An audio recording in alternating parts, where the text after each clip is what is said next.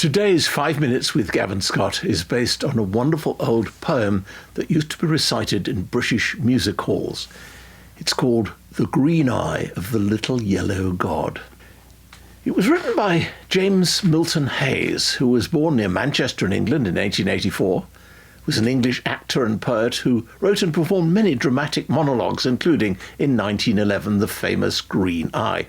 He was an officer during the First World War, awarded the Military Cross in 1917, and in 1918 was captured and held as a prisoner of war at Mainz Citadel with future novelist Alec Waugh. Waugh described him as a brisk, assured, purposeful North Country man, nearly 40 years old, with his eye on the main chance. He was the first person I ever heard analyse success. All you've got to say is India, and a man sees something. Then play on his susceptibilities. His name was Mad Carew. You've got the whole man there. The reader will fill in the picture for you.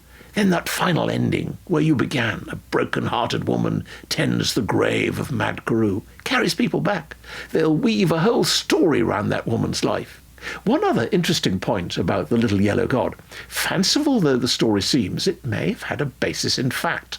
On a hill near the village of Sangku in the northeast of Kathmandu is a temple in which there's a gold-plated statue of the tantric goddess Yogini, who is worshipped by both Hindus and Buddhists, and has silver eyes which are taken out and only replaced during special festivals, when they would have attracted attention, of course, of a character like Mad Carew. And now the poem, The Green Eye of the Little Yellow God.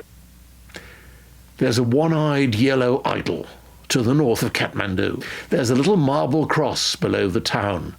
There's a broken-hearted woman tends the grave of Mad Carew, and the yellow god forever gazes down. He was known as Mad Carew by the subs at Kathmandu. He was hotter than they felt inclined to tell, but for all his foolish pranks he was worshipped in the ranks, and the colonel's daughter smiled on him as well. He had loved her all along, with the passion of the strong. The fact that she loved him was plain to all. She was nearly 21, and arrangements had begun to celebrate her birthday with a ball. He wrote to ask what present she would like from Mad Carew. They met next day as he dismissed a squad, and jestingly she told him that nothing else would do but the green eye of the little yellow god. On the night before the dance, Mad Carew seemed in a trance, and they chaffed him as they puffed at their cigars. But for once he failed to smile, and he sat alone a while, then went out in the night beneath the stars. He returned before the dawn, with his shirt and tunic torn, and a gash across his temple dripping red.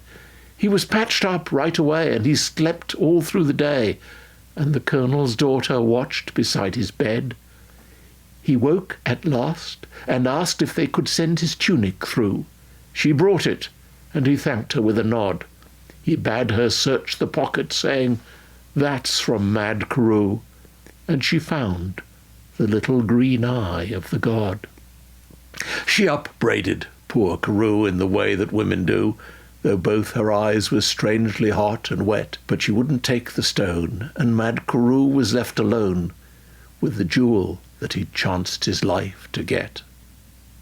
When the ball was at its height on that still and tropic night, she thought of him and hurried to his room. As she crossed the barrack square, she could hear the dreamy air of a waltz tune softly stealing through the gloom. His door was open wide, with silver moonlight shining through.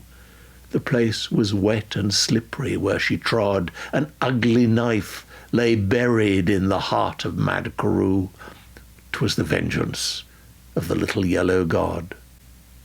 There's a one-eyed yellow idol to the north of Kathmandu. There's a little marble cross below the town. There's a broken-hearted woman tends the grave of Mad Carew, and the yellow god forever gazes down.